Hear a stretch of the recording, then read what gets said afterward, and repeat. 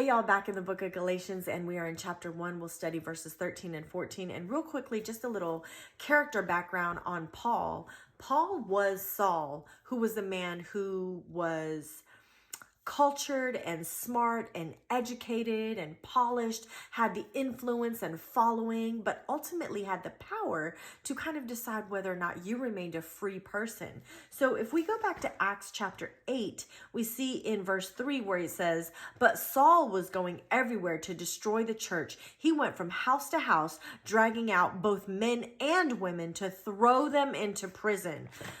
When I tell you that's what it means to be on site, my man was going to find where you live and it was going to go down right then and there. They like the Kirby people finding out where you are and you was going to get something that day. If we jump back into verse 13, it says, "How I violently persecuted God's church. I did my best to destroy it. And there is nothing more destructive than a powerful man who doesn't know what he's doing." In verse 14, he says, "I was far ahead of my fellow Jews in my zeal for the traditions of my ancestors," because that is what he thought honored God, that it was about tradition and practice and schedule and routine. And yes, there is honor in doing those things to God and for God, but God is saying that is not the way. There is only one way, and that is through Jesus Christ. You have to have faith alone in him. See, God knew from the beginning that he was going to give his salvation to all people. And how scandalous that Jesus reveals himself first to a Samaritan woman. Scandalous. Where's OPA when you need her?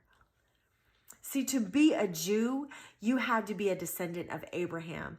And even if you didn't, or if you weren't a descendant of Abraham, you could still become a practicing Jew by following the ceremonies and traditions and practices. But if we really look at the nature of the human heart because of sin, those people were still not accepted.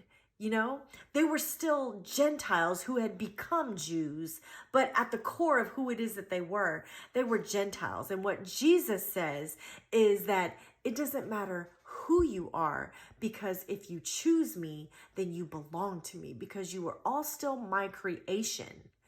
He wants us to be one big happy family, and it doesn't matter what your background is or what it is that you have done, because his blood covers us, because there is nothing better than knowing you're a sinner, but loving Jesus makes you a forgiven sinner. There is power in being forgiven by God.